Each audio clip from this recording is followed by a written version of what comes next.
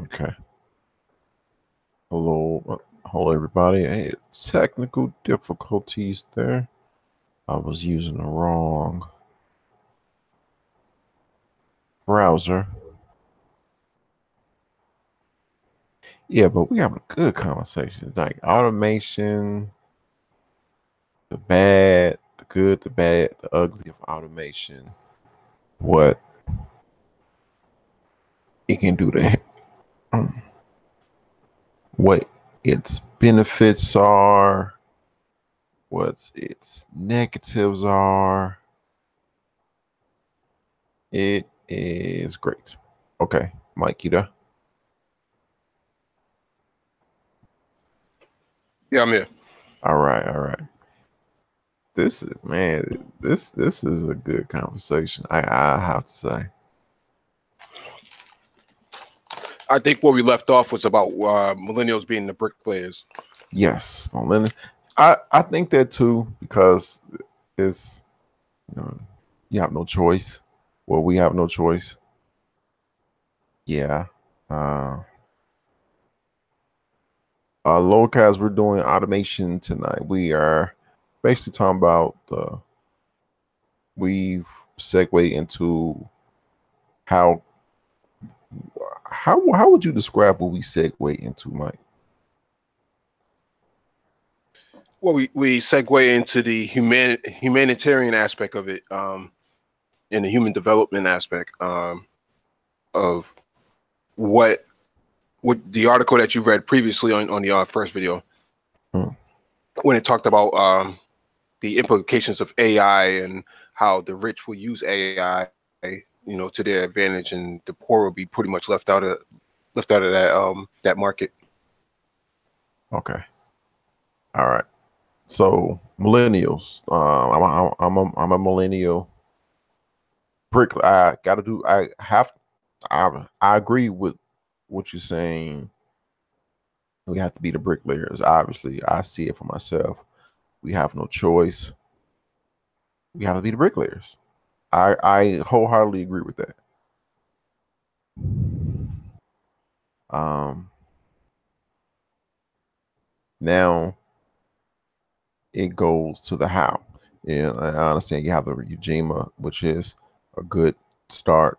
There could be multiple good starts. There's no one thing that will save everybody. I think that's been that's has been our downfall in the past, relying on one thing. There has to be multiple things that can interact with the other things that are going on and that can help each other. Right. One size doesn't fit all. Yes.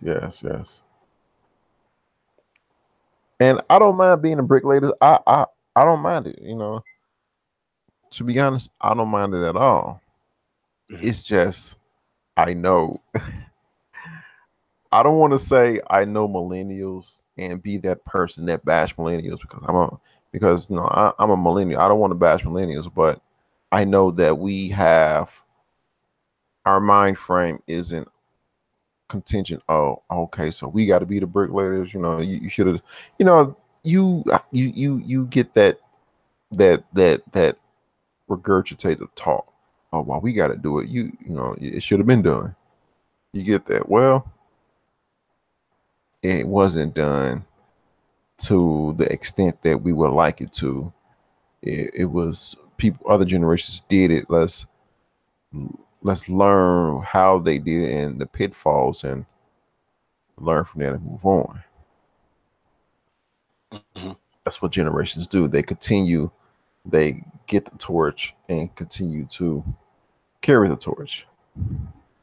They just don't sit on, oh, this last generation did it, so we can sit. No, gotta keep moving, buddy.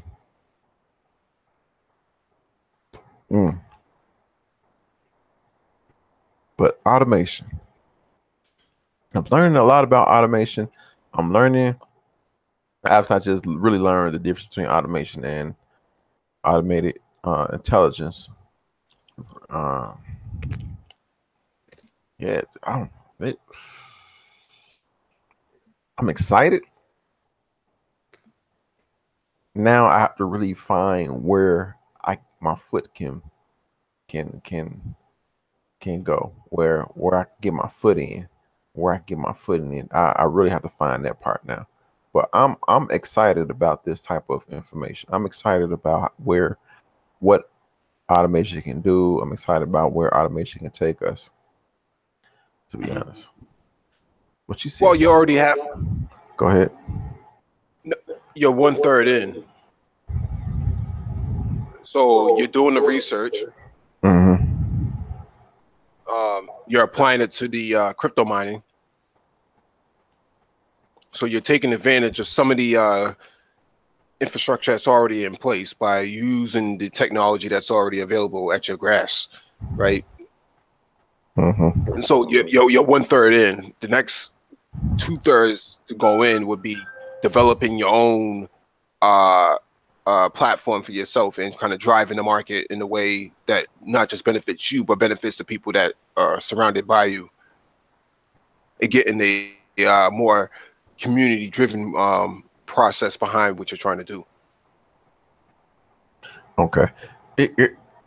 When I say exciting, I know I use that word a lot, but it really is. It's because at this point, at this stage, you have the power to literally mold the future into what is most beneficial. You really have it. You literally have it at your fingertips through the computing and the cryptocurrency, the looking up data before.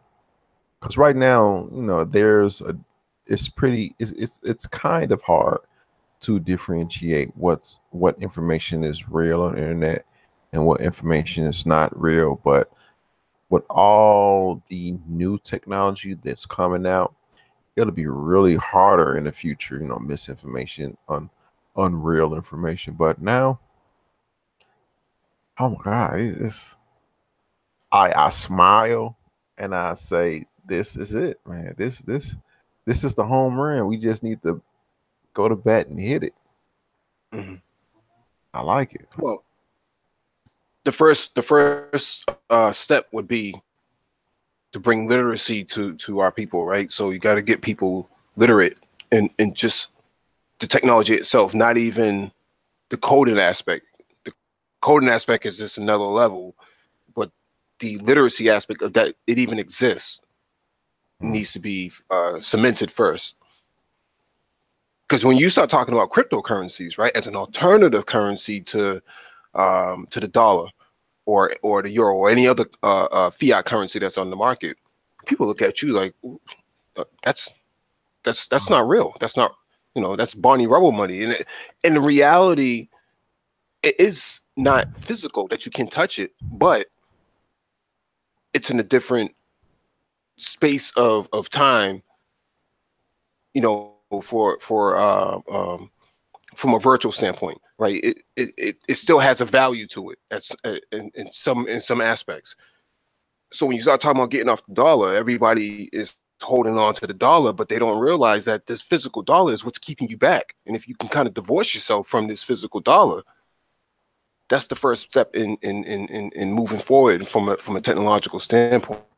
I'm not saying that all the cryptocurrencies are of serious value. I'm saying that the technology behind the cryptocurrency is gonna offer more opportunities for you going forward rather than the physical fiat currency itself, Mm. because you don't have That's a enough hard one. you don't have enough physical fiat currency to go around um, immediately within your community to actually lift you out. So you're gonna have to think of an alternative way to get out. I tell you, that's a hard conversation to have with people about the cryptocurrency Mm. because on the one hand, you have people that they heard about it and curious. Well, what is it? And you explain it to them, and they may still have the mindset, it's not for me. But then you have some that just staunch, no, period. It's not going to survive. These are the people that are tantamount to the pre-telephone people. No, I don't think this is going to survive. Or the pre internet people. No, this. Why would anyone want to immediately contact anyone? That doesn't make sense. So those are the people that those are the late adapters. And by the time you get to the game, all the real estate, all the goodies are going to be grabbed up because I'm telling you right now, I ain't sharing. I'm like I'm not sharing with late Boomers. yeah those because I'm going to tell you, hey man, this you may want to get into this, and I'll even help. I will I will even help people get into it. That I have no problem. I'm I have no hangups about that, helping people get into it. But when you vehemently tell me no, no, okay, I move on. But then it comes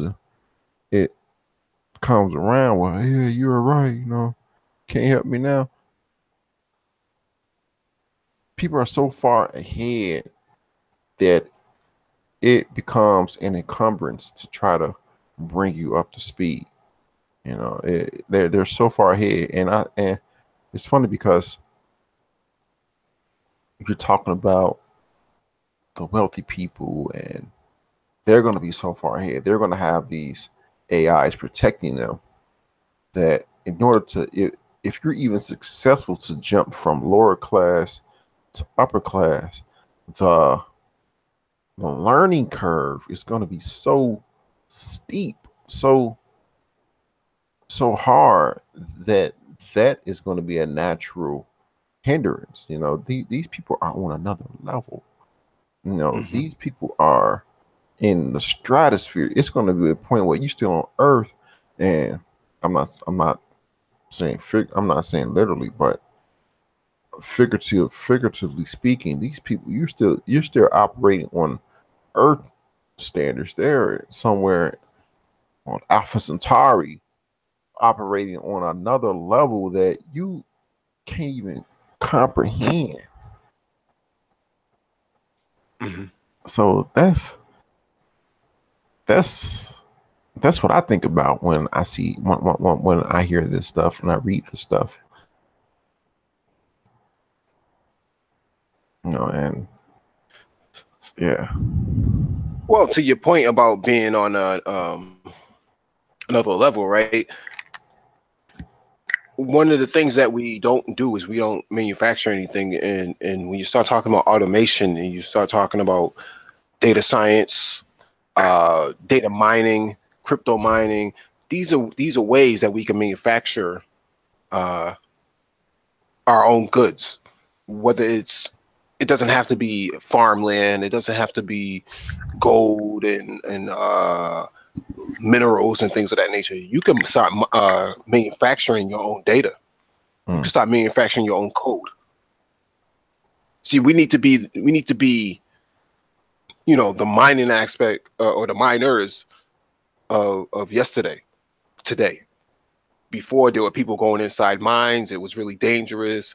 There was sulfur gas and things of that nature that they could have poisoned these people inside these mines, and it still happens to this very day. But when you start talking about manufacturing code and manufacturing data, it's not really that difficult. You can pick up a laptop for $200 on Amazon or Groupon or something like that, and you can start coding. You can start developing your own code. Hmm. Really? Yeah, you don't need a powerful computer to start coding. You can use any computer in the last 4 or 5 years to start developing your own code. Whether it's especially Python, everybody uses Python now. I gotta get That's that's what that's how Google's AI was developed within Python. I'm gonna have to I'm gonna have to do that. Python. I'm gonna have to take you up on that, learning this Python, because I know Locast, our first automation, Locast talked about the chipboard. And Mm-hmm. I was looking at something. I forget what I was looking. Man, I look at so many videos dealing with our topics. But he brought up the same blue chipboard, and I remember, first coming into studying about things, they would say the more you read about stuff, the more things are repeated. You start hearing things over and over again, then okay, there's something to this. And he said that blue chipboard. I said, okay, this is the second time I heard about this blue chipboard. I need to really look into it. And with the Python, I heard that a few times. Okay, I need to look into it. That's telling me, okay, Lionel, you need to look into this. So yeah, yeah, I need to look into this stuff more. Yeah, Python is a very common language now that most people use. You have different versions of Python. You have like micro Python for developing, micro robots and things of that nature. Your basic Python that is used for developing apps on the Android Play Store and stuff like that, Google Play Store. And then you have a couple of the variations of Python used for scientific research. So for like data mining and stuff like that, data science. Okay. Python R is what they call it. Python R.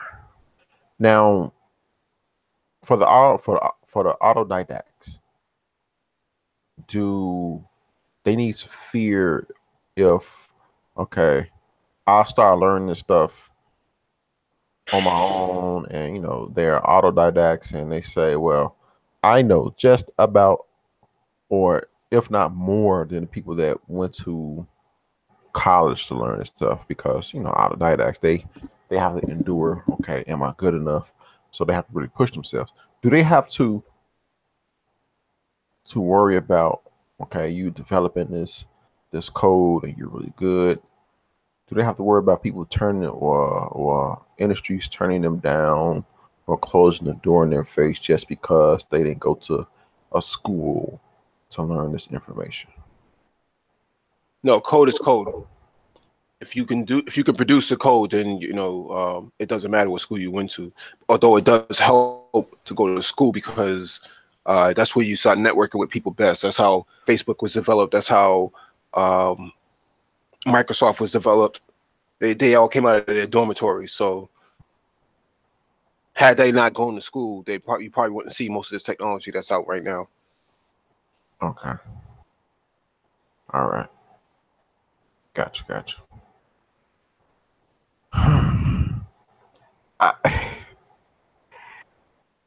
I gotta say this again, man. This is amazing. I don't know.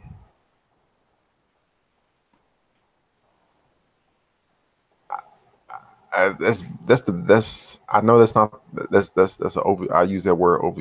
I overuse that word, but it is. My God, like, do you know what you can do with this? You get around the right people. You get around like-minded people, and you just take off like a rocket. But you stay around people like, oh man, that's not gonna get you nowhere. You become stagnant. You forget about it. Blah blah blah. But I'm glad. No, that doesn't happen. That doesn't happen. Once you get around like-minded people, like you go on meetup.com, you start attending some of these meetups, these local events. Then you start going to these big conferences, these regional conferences and stuff like that, like the AI summit that just happened in New York. You're going to run into people that are like-minded like you. They may not look like you, but the homogenous nature of it is going to bring you together, because you all are thinking on a level that is leaps and bounds above the naysayers. And then, in our community, we have a lot of naysayers, and those are the people that you're going to end up, either they're going to conform or they're not. And there's a high probability, and I hate to say this on your platform, that people may end up having to go to war. You may end up having, drones. Your intelligent people, your technocrats may end up developing drones with bombs on them, and because you're going to have people out there that are starving that the naysayers that didn't take the opportunities that were presented to them before, and they're gonna be on their last meal, and they're gonna be like, you know what, that guy Lionel, yo, if I ever see him, I'm ganking him for everything he got. Not gonna happen, buddy. I'm gonna fly this drone right over your house, and I'm gonna just take you out right there. It's gonna be that type of environment. And it's funny you say that because I do think that sometimes. I be careful. I really do be careful. It sounds like I'm saying it wrong, but I really am careful with who I talk to about what I'm doing because if they say no, they always going to remember. Well, this guy told me about this 5 years ago. I wonder where he's at now. And you get that I'm in this phone call out the blue, out of left field. Hey, what's up, man? How you doing? Okay, and if you really are, I want to say street smart, but if you have some common sense, you're like you ask yourself, what's this person calling me for? What do they want? So they trying to get in good. They oh my god, and it's really gonna be bad with the women because women do things more sneaky and underhandedly. So in the future, when they don't have a lot more jobs, or when the man becomes more when the men come onto their game of the divorce and all that good stuff, their resources are going to drive the avenues they can go to are going to dry up. And I'm talking about the women that just prey on guys and and they go to court and take their money. There are some women, actually, man, I hate to say this because it sounds cliche. It's like I'm saying, well, not all women, but man, there's some women out there. My God, they work circles around you in terms of what we're talking about. But when the other type of women are, like I said, on their last meal, oh hey, how you doing? It's you really got to be on your game. You really got to know the maneuvers, and that's where the brain power comes in. That's where the thought process come in. How can I outmaneuver? That's why I love. I'm getting off the topic a little bit, but that's why I love baseball so much. Okay, it's a 3-2 count. What's the scouting report on this guy? Okay, he like to swing outside the zone, low and away. Okay, let me throw this pitch. It's the outmaneuverability. Okay, this person calling me out the blue. I even had that. I kid you not. Someone texted me last night. A female texted me last night. I haven't talked to this girl in years, and I'm like, okay, what she want? What does she want? It is something. And I straight up asked her that. I said, what you text me for? And she said, she was looking through her contacts and she saw my name. I'm like, okay, that's some bullshit. But it's hilarious. It's funny that these things are gonna happen. It's not out the norm. As they say, fiction is what they say. Uh, truth is stranger than fiction, or something like that. It's gonna be commonplace. Yeah. Ha. I love it. Love it, man. I love the game. I love it. I wouldn't have it no other way. The thought process, the thinking. Yes. Yes. Yeah, I mean, to the point about the naysayers versus the doers. You're gonna have to figure out how to hide your assets, right? Because at some point, man, the cats are gonna start coming to look for what you have. And the thing is, the physical dollar may not be there. So how are they gonna get it? But they're gonna have to beat it out. They're gonna have to beat it out of you. Well, that may drive them to start getting into cyber criminal activity as well. Yeah. They may start Googling your name. They may start doxing you and trying to figure out what masternode you have and things of that nature. How does he move this and that? So It on one aspect, it may drive them to be more proficient in some ingenuity aspect to their everyday way of life, but they may do it from nefarious reasons. You understand what I'm saying? mhm. Not for the betterment of the collective. So your middle class people may not be driving around in Escalades and whatnot, but they may have the technology in the wherewithal to harness, um, better endeavors for themselves. And your naysayers may say, well, it, if I can't rob you for some cash money, then you know what I'll do? I'll just take your computer, or I'll just take your cell phone or something like that, or put the gun in your head and say, give me the passcode or whatever it is. It's funny because as when people obtain more resources, more money, more more this and more that, obviously they would want to splurge and buy nice things and buy this and buy that. That's obvious. That's what people do, especially when people they come up with this. I hear it so many times. Oh, I'd have when I was younger. So you said that about the guy with the tennis shoes, and you run to some money. You get your portfolio straight. You have assets and stocks and real estate and business franchise and cryptocurrency. You have a nice, well diverse, well balanced portfolio. You have income coming in. You say, you know what? I'm going to get this Mercedes Benz, or I'm going to get this BMW, or I'm going to get this Porsche, or some type of luxury car. Now you become a target.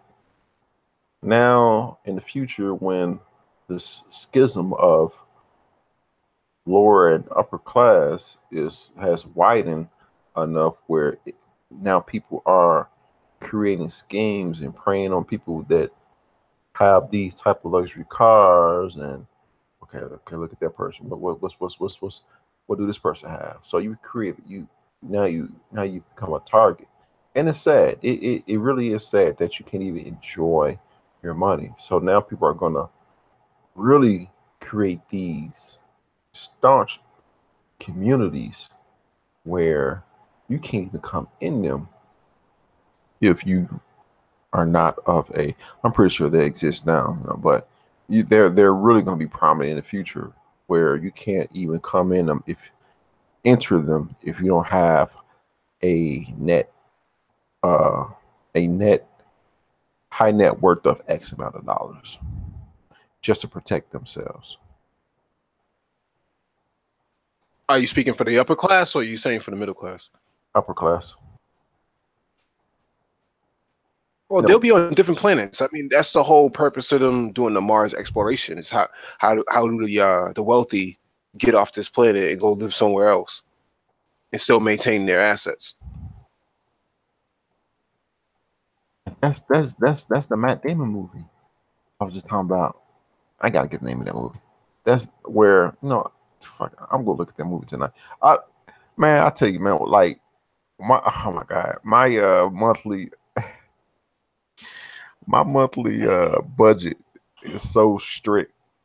If I'm like a couple dollars near my monthly budget, and like my daughter asks for something, she little phone games or something like that, I say okay, next month, because I know with the taxes, iTunes charge like a couple dollars for taxes. I'm okay, it's gonna be past my budget. I say okay, I'll do it next month. I don't play around, but I don't know why I said that. Yeah, the Matt Damon movie. It's that Matt Damon. I forgot the name of that movie, man. These people were literally orbiting Earth, and they were enjoying. I'm looking at that movie tonight. They were enjoying the spoils of of their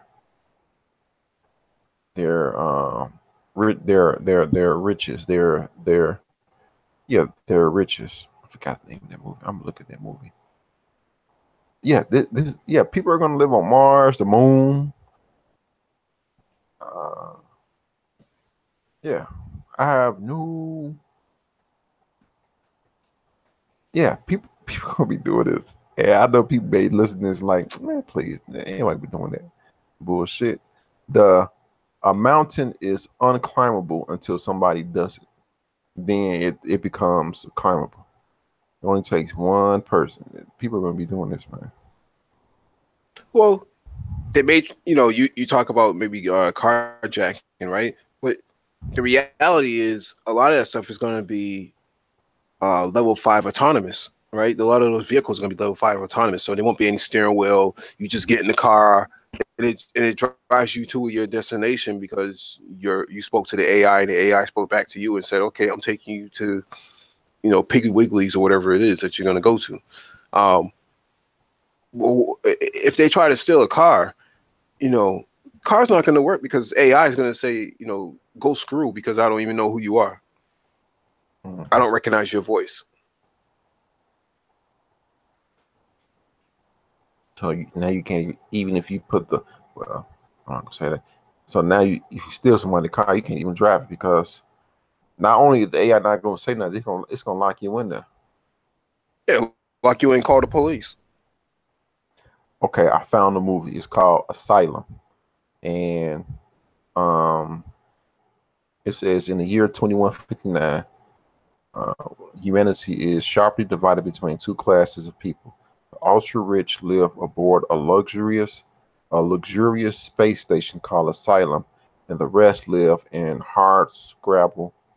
existence, live a hard scrabble existence on Earth's ruins.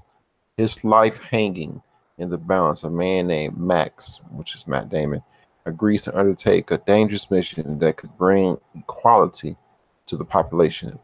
But Secretary Delcourt, which is Jodie Foster, vows to preserve the pampered lifestyle of asylum's citizens, no matter what the cost. But yeah, this is that movie. Came out in Mm-hmm. 2013. This is that movie. What we're talking about. I remember it. Yeah, I'm looking at that sucker tonight. Yeah, yeah. So yeah, it's well. The thought is out there. Is asylum okay? Anti gravity. I wasn't even looking at the chat. Yeah, the thought is out there. It's just okay. How can we execute this? So it's not far fetched at all. Somebody's gonna do it. Somebody's gonna Mm-hmm. do it. Mm, I want to be on that sucker. You know what? I want to be. You know what? As much as I love my people, I I hope again it's up to millennials, it's up to us. It's a black version because you know the white folks or the Asians not gonna be like, okay, we don't want other people on our asylum. Y'all got to get y'all own.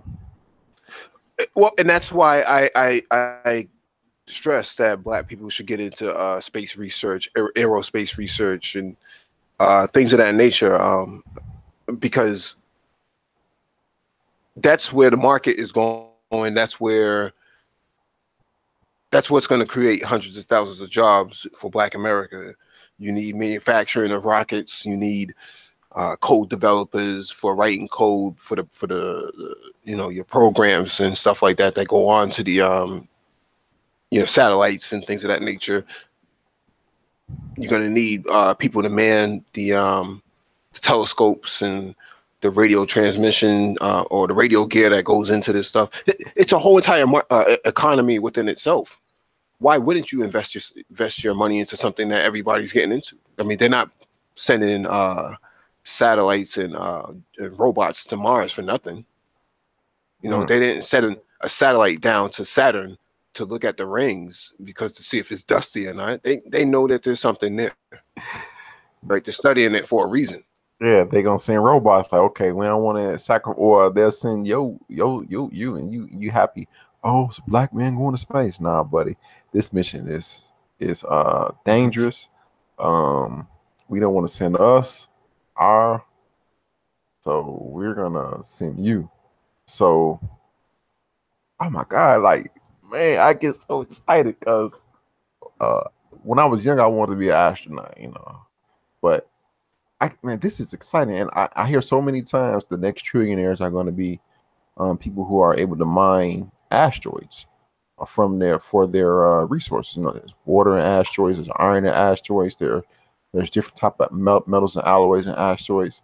That's where Mhm. you're going to see trillionaires start to pop up. And once you see trillionaires, I'm not right now. They're trillionaire families, but once you see individual trillionaires pop up, man, the game is over, man. You how to give people a understanding of how much a trillion is.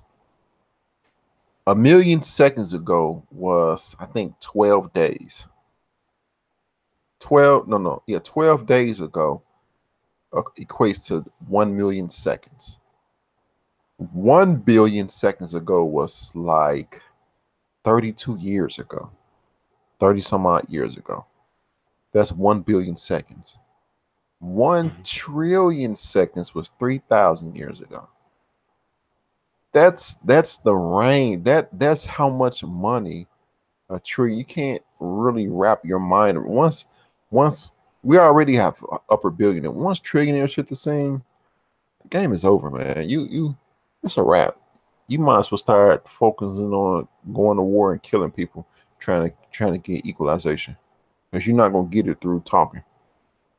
No, in my point of talking about space research as well as aerospace engineering, um, the reason why they're not sending human beings to Mars yet because one, you don't have the capability of actually doing it right now, and if you could, you don't want to contaminate the planet with human DNA, right? You want what they're doing right now is they're researching as much as possible without actually, from a forensic standpoint, to not contaminate the whole entire planet of Mars.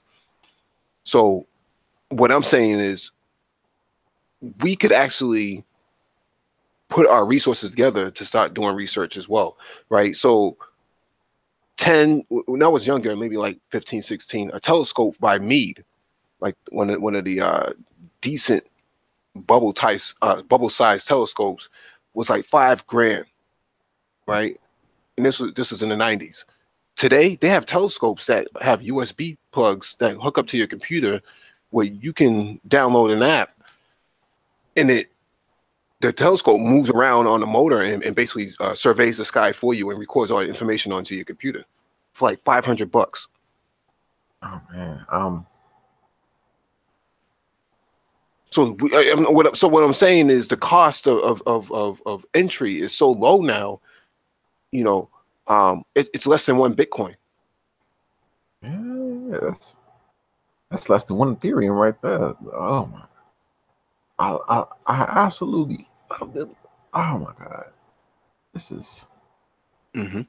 like I stay up at night thinking about a lot of stuff. Now you put this on my plate. I'm really gonna be up at night. And like I admitted to you all before, in everyday life, I say I go to the VA or I go to the school. Really can't talk about uh layman or average everyday person. If someone enters this conversation, you really ask, okay, is this person just pulling my tail? Or is this person really into this? And this is so interesting to me. It's so interesting to me. It is so not just interesting. It's this is where the money at. I look for, man. This is where the money at, player. Like I may sound like one of them guys, but man, trust and believe. I stay up at night thinking, plotting, scheming. Okay, what's the best way to do this? Well, let's look at it from India's perspective, right? India put up a satellite from a rocket at 1/5 of the cost um, that the United States used to put one on Mars. So they did the same thing for like less than $60 million or something like that. I forget how much it was. Let me see if I can find it one real quick. How much? How It's much? funny you say. It's funny you say they don't want humans. Uh, corrupting Mars. I remember a while ago it was a new island that surfaced in the middle of the ocean due to volcanic activity, and someone went on the island, defecated, and now you got and a tomato tree or plant grew from that. So they contaminated that portion of the island off of defecating on just the island.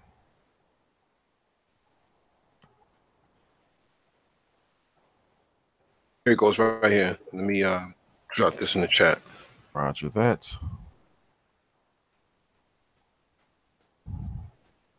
So India spent like over $60 million on a satellite. The United States, or on a mission to send a satellite to Mars, while the United States spent $671 million on one trip. So a single person can send their own satellite. If we united as a community and put our resources behind something like that, now you're talking about competition. Why India's Mars mission so cheap and thrilling? Man, please. Let's see here. Mars orbiter. It's so many satellites. Okay. Mars orbiter mission MOM. Okay. It's one of the cheapest interplanetary missions ever undertaken. India's space program has succeeded at the first attempt where others have failed by sending an operational mission to Mars. The Mangalyaan satellite was confirmed to be in orbit shortly after. Okay. 6 o'clock. No. 8 o'clock Indian time. It is without doubt a considerable achievement. This is a mission that has been budgeted at 4.5 billion rupees or $74 million, which by Western standards is staggeringly cheap. The American Maven orbiter that arrived at the Red Planet on Monday is costing almost 10 times as much. Back in June, Indian Prime Minister Narendra Modi even quipped that India's real-life Martian adventure was costing less than the make-believe Hollywood film Gravity. Goodness gracious. Even Bollywood sci-fi movies like Ra 1 cost a good chunk of what it has taken to get Mangalyaan to Mars. So how has India done it? For sure, people costs are less in this populous nation, and the scientists and engineers working on any space mission are always the largest part of the ticket price. Homegrown components and technologies have also been prioritized over expensive foreign imports. But in addition, India has been careful to do things simply. Let's see here. They've kept it small. The payload weighs only about 15 kilograms. Compare that with the complexity in the payload and Maven, and that will explain a lot about the cost, says Britain's professor Andrew Coates, who will be a principal investigator on Europe's Mars rover in 2018. Of course, that reduced complexity suggests Of course, that reduced complexity suggests it won't be as scientifically capable, but India has been smart in targeting some really important areas that will complement what others are doing. Mangalyaan has gone equipped with an instrument that will try to measure methane in the atmosphere. This is one of the hottest topics in Mars research right now, following previous tantalizing observations of the gas. Earth's atmosphere contains billions of tons of methane. Wow, really? The vast majority of it coming from microbes such as organisms found in the digestive tracts of animals. Okay. The speculation has been that some methane producing bugs or methanogens could perhaps exist on Mars if they lived underground, away from the planet's harsh surface conditions. If they, I'm going to limb and say they talking about terraforming Mars. Okay, let's see. It is a fascinating prospect. So even though Mangalang has a small payload, it will actually address some of the biggest questions at the red planet. Western scientists are excited also to have the Indian probe on station.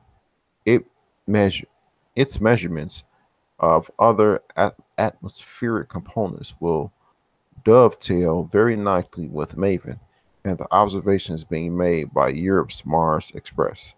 It means we'll be getting 3-point measurements, which is tremendous, says Professor Coates.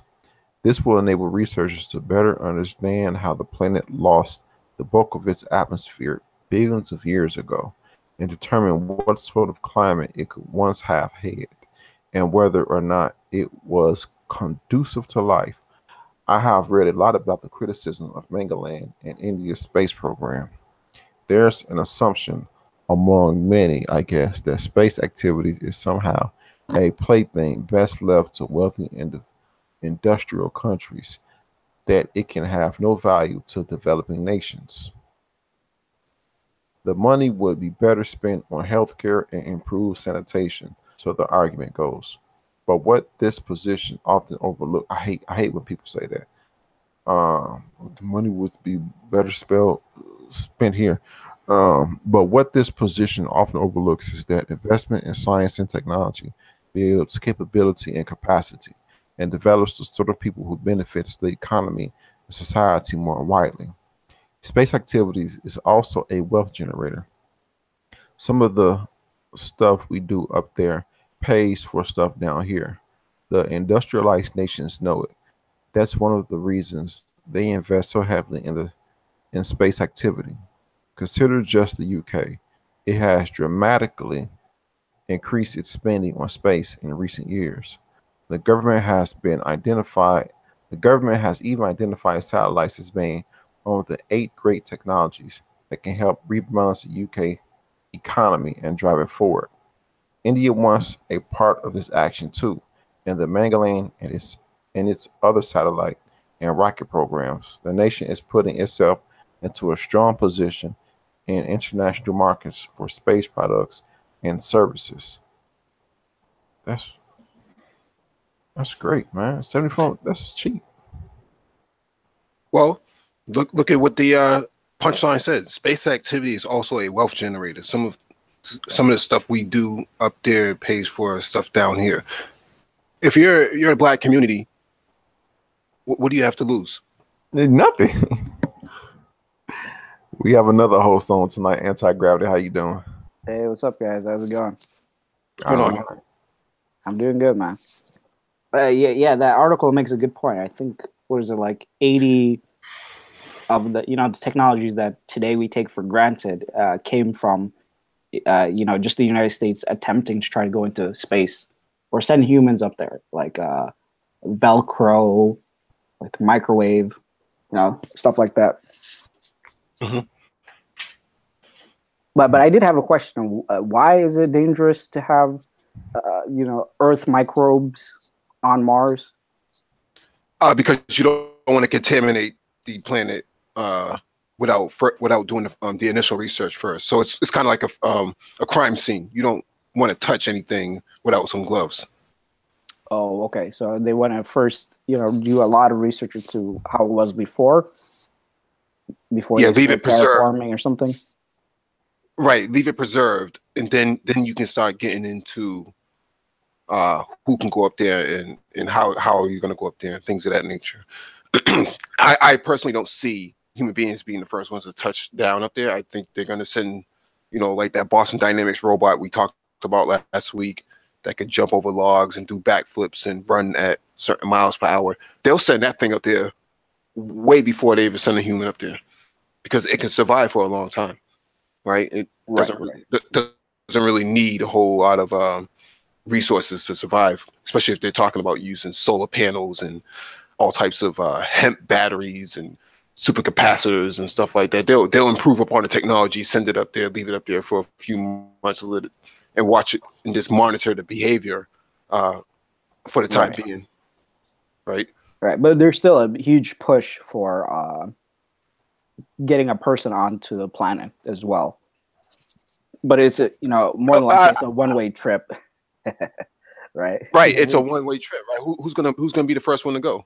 Oh, there are a lot of people. I think there was the Mars One project. There's like 10,000 people signed up. I think something like that. Who volunteering to. Okay. It takes 6 months. It takes 6 months to get up there, right? And your capsule is flying at 20,000. It's flying at like Mach 20 or something like that. Right. It's impossible for a human being to survive that sort of G-force for a suspended amount of time. It's just not possible. What you mean of traveling from the Earth to Mars? Or are you talking about on the planet? No, to travel from Earth to Mars for 6 months at that sort of rate of speed, at that many G-forces, it's just not possible. It's not possible. Well, yeah. That's what they're working on at the moment. Is trying to figure out how to make it, or like putting people in like a suspended coma, or some. They're trying a lot of ideas at the moment. Like I forget movies. Aliens? The movie just came out where the guy woke up early and he woke a girl up early. Oh, Passengers. Yeah, Passengers. Oh, that'd be terrible, man.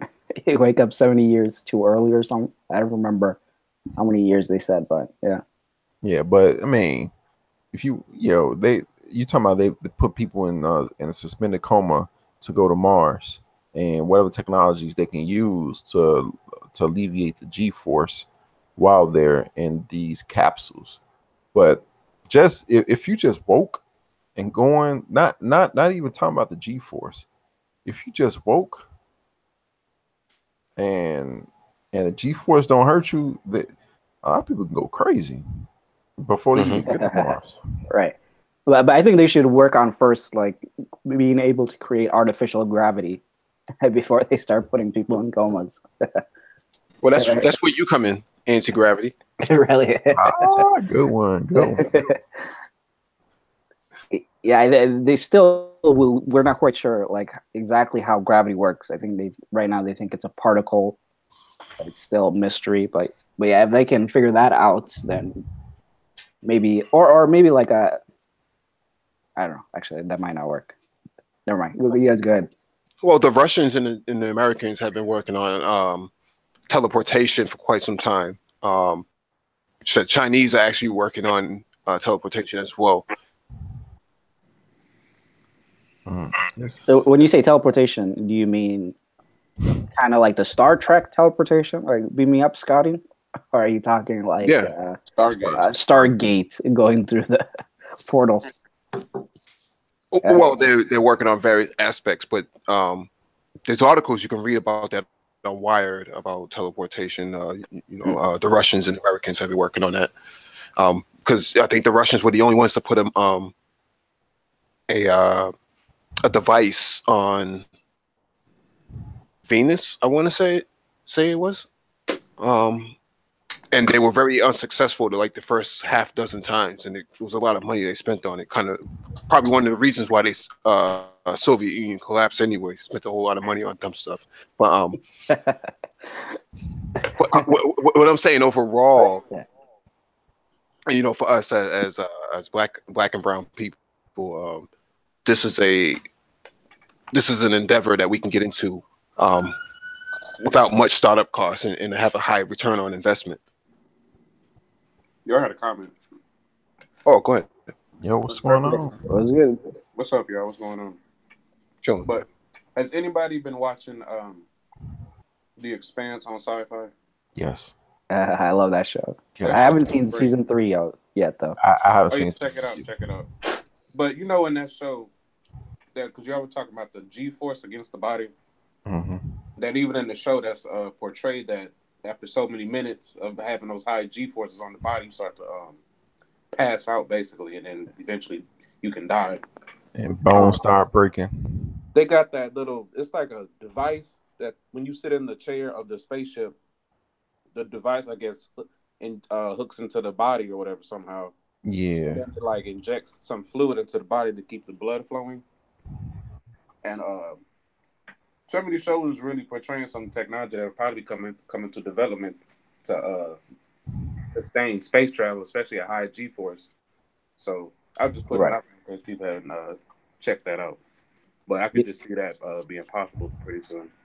Yeah, that's what I love about sci-fi movies and books.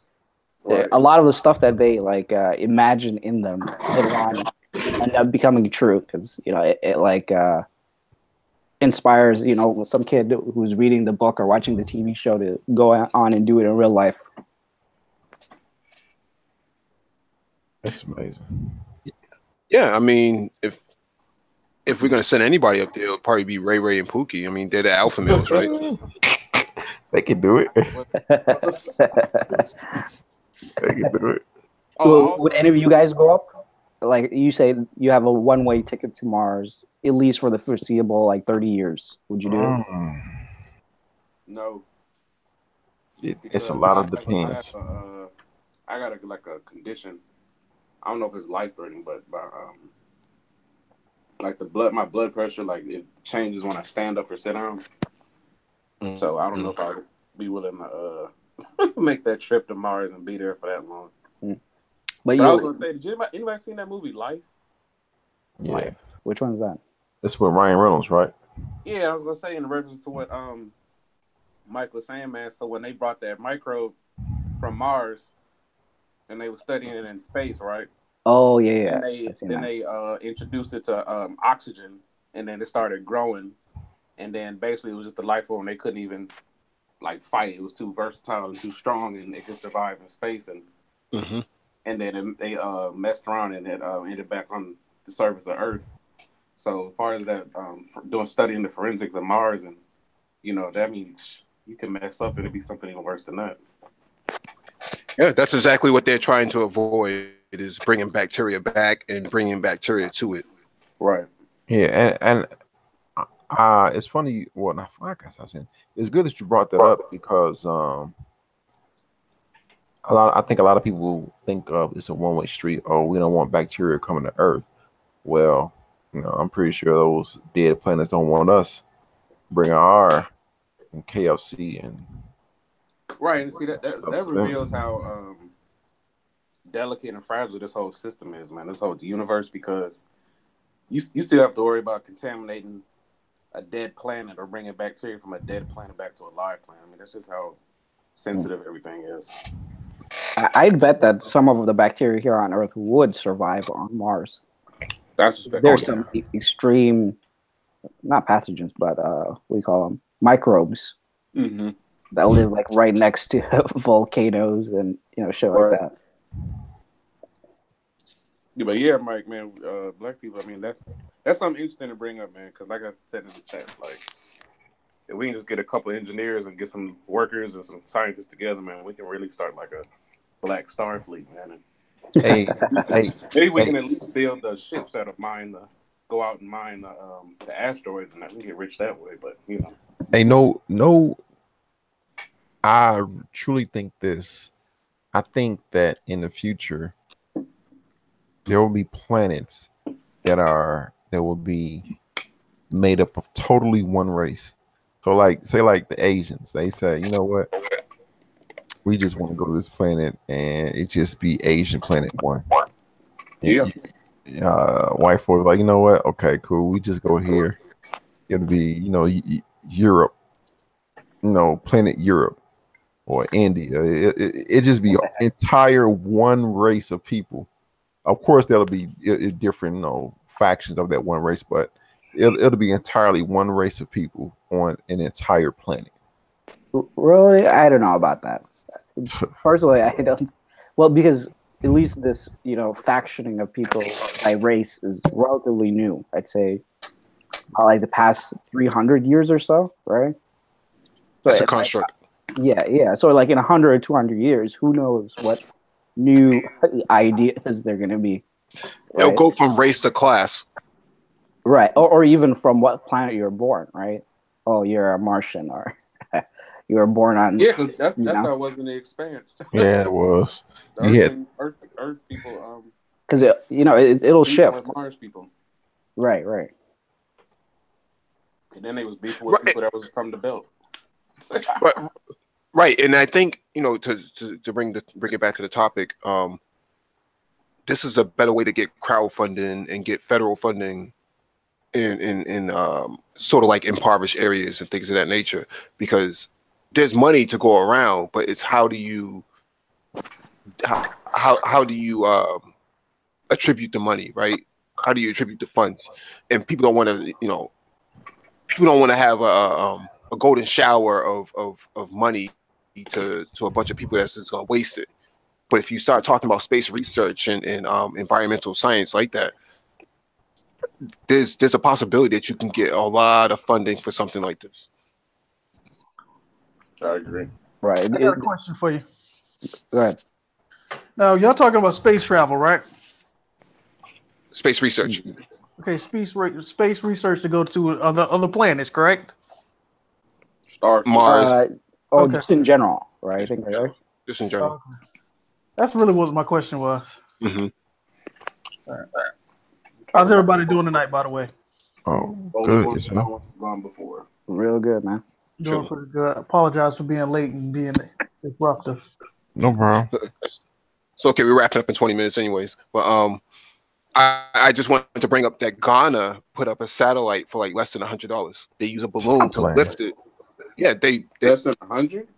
Yeah, I think they built a shoebox satellite, so it was like the size of a shoebox, and it had just a camera and a radio transmitter. But they lifted it off the ground with a balloon, and the balloon brought it up to the edge of the the Earth's surface, stratosphere, and basically right, and it basically the little shoebox satellite had a camera on it, and it basically took pictures of the Earth and Africa and things like that, and then it came back to the ground. Oh my god! It came back. And these are poor people. These are poor people in Africa, in Ghana that did this. This was a few years ago. They would get my money. Right. Yeah, that's some major bootstrap they did with that. Yes, they would definitely get my money. Let me see if I can find the article real quick. Fucking amazing, man! Like they use like an aluminum. They use one of those. They use a weather balloon, right? I think I heard about that before. Yeah, just a regular balloon. If I remember correctly. A regular balloon. Put the link in the chat. A weather balloon.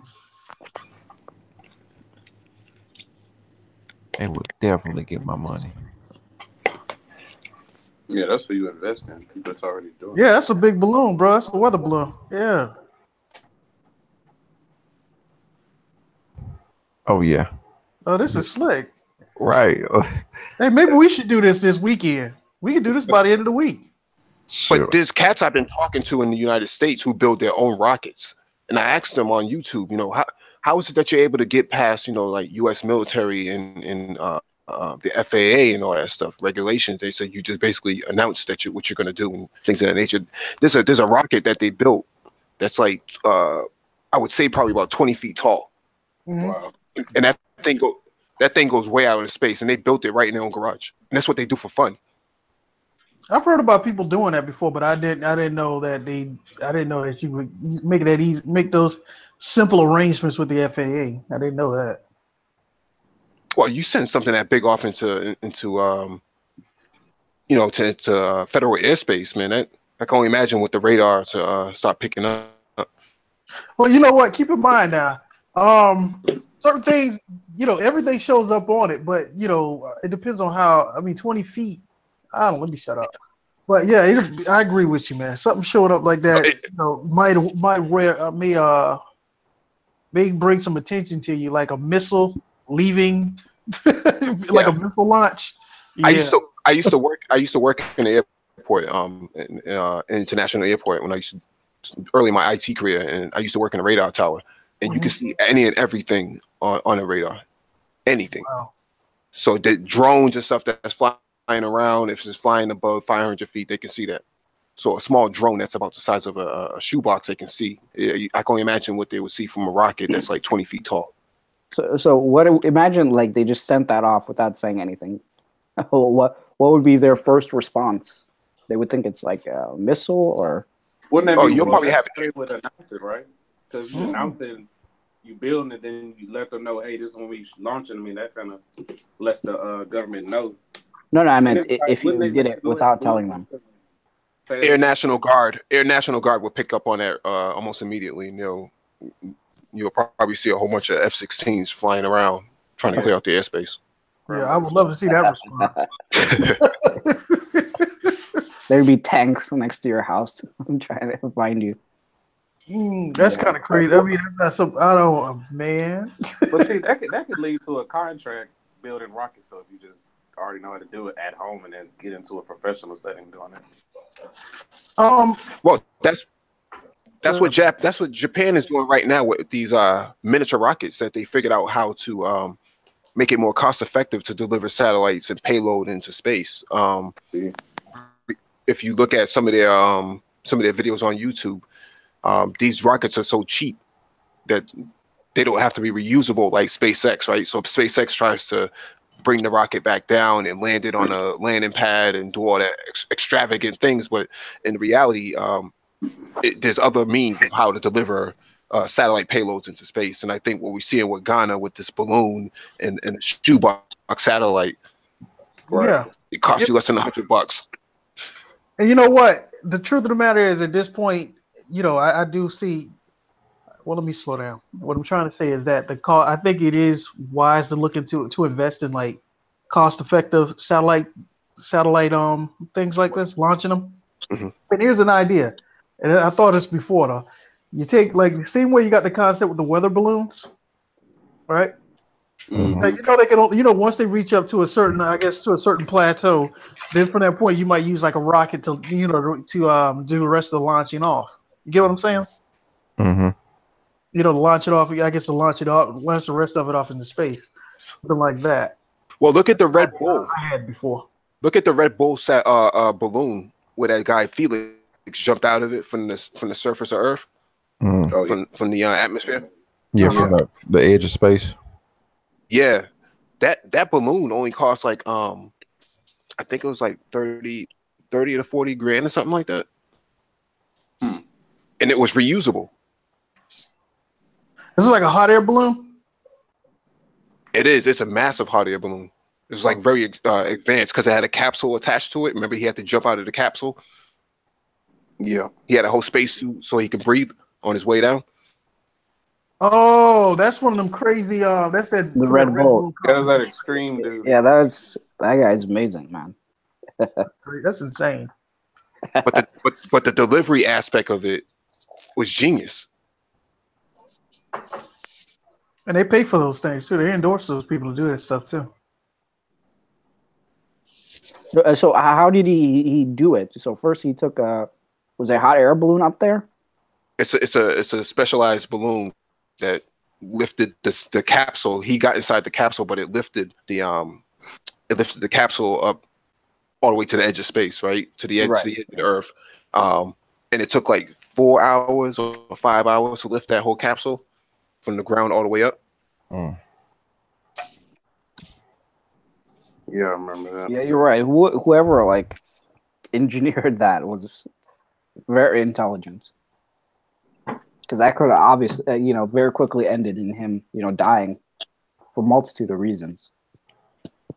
Oh my gosh, are you serious? This is it? Yeah. See, they could have messed around. He could have ended up on this shit is past the edge. This is insane. That's the cost of doing business when you're talking about automation and scientific research and stuff like that. I mean, it's not uncommon. Dude, but he was pretty much in space. Yeah. And he didn't burn up or anything. That's wow. Well, no, he's not high enough, but geez, that's an insane jump. Oh, he closed his eyes all the way down, dude. Come on. I would have cried. I would have screaming on my way down. Probably pissed on himself and everything. Yeah, that's an extreme jump, dude. Yeah, didn't he set a world record? Yeah, he did. He was like the first one to do that. So what you think, Lionel? That's something doable? Yeah, it's doable. I wouldn't do it because I'd be scared that, one mistake, you float in space.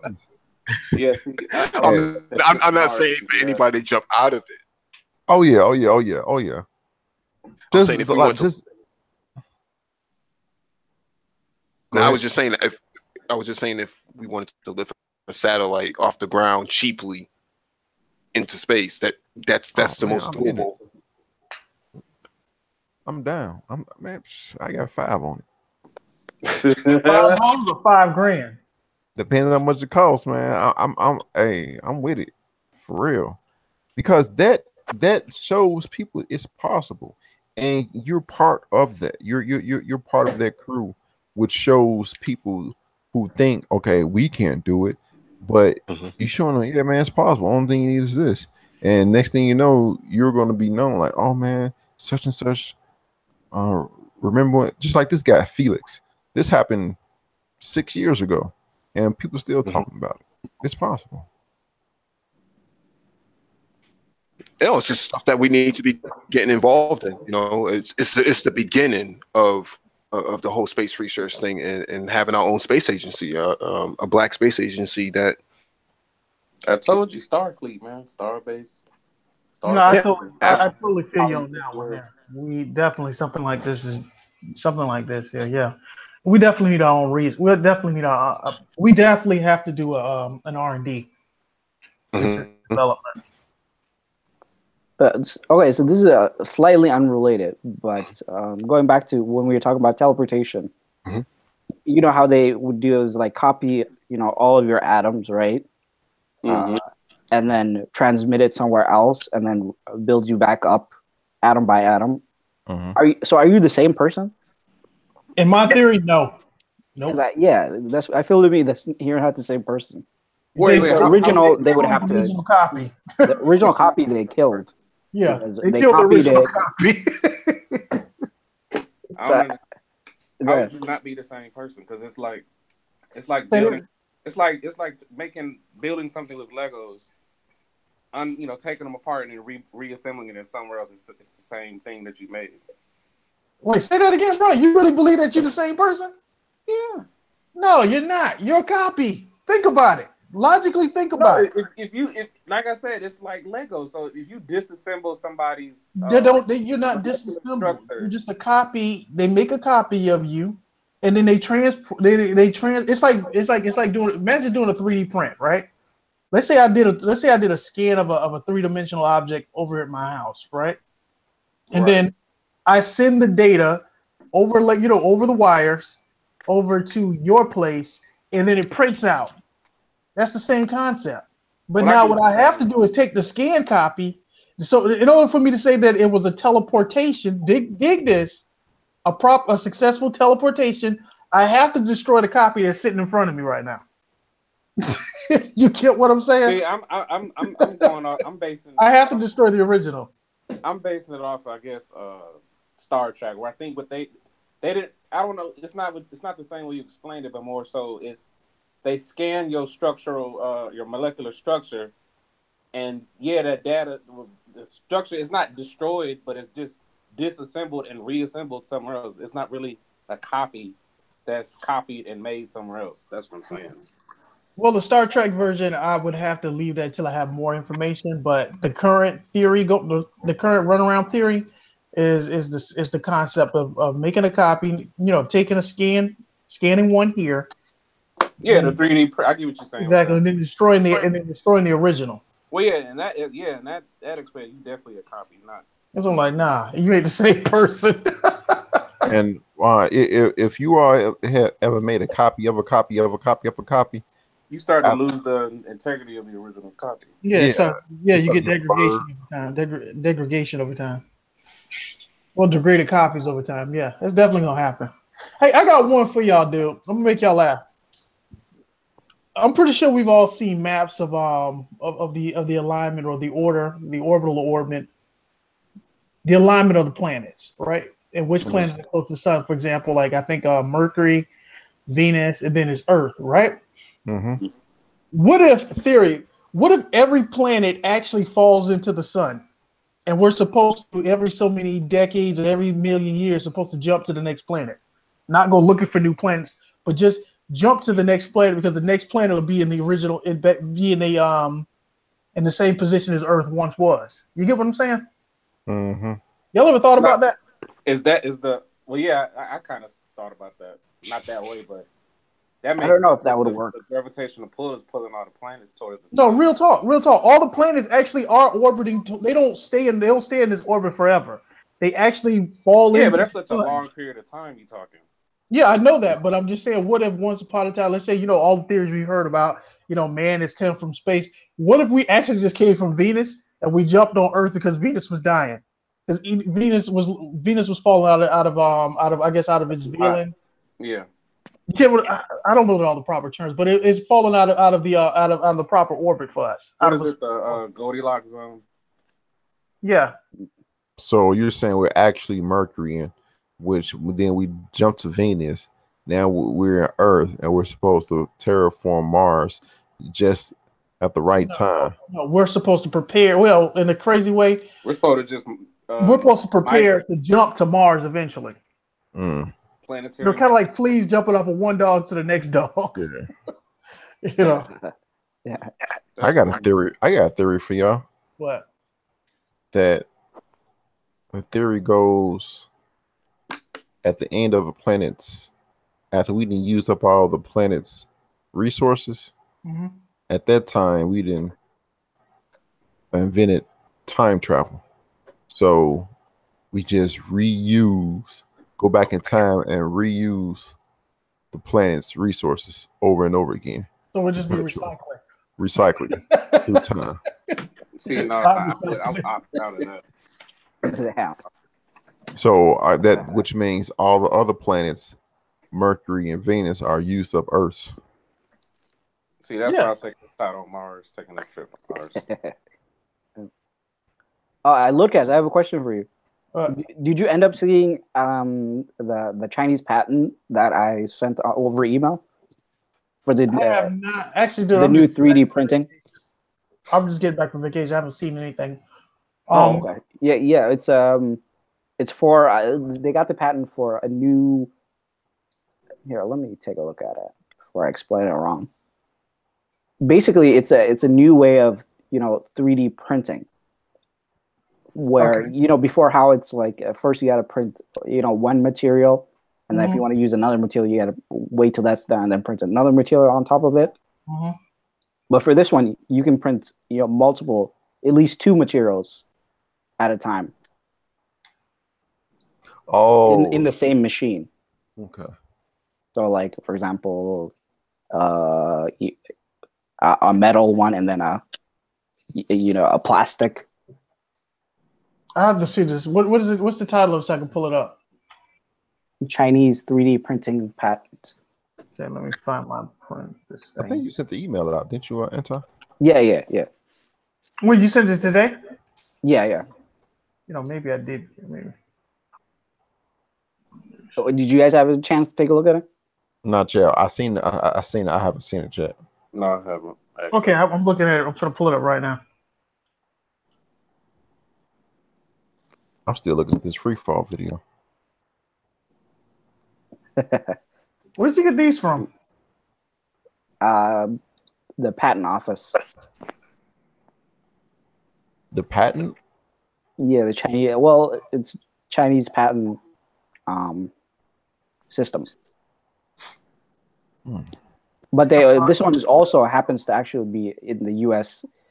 patent office, but you have to look at the global dossier thing if you want to look it up.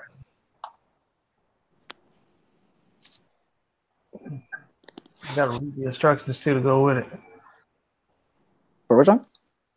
Oh, when I first posted it, I forgot that it was the Chinese one, and then I tried to look for an English version, but I couldn't find that, so I just wrote. At least I couldn't find an English, PDF of it, so I just copy and pasted the English, No, that's fine. Underneath it. I'm looking at the diagrams, and I'm like, "What is this that I'm looking at?" But don't worry about it. I'll figure it out. Well, the show is about to end. Any last comments? Unfortunately, no, I don't have any, but I will make sure I'm on time next week. Same bat time, same bat channel. Yep. All right, guys. Have a good night. All right. All right. Peace. Good one. All right, y'all have a good one. All right. Later. All right, peace out.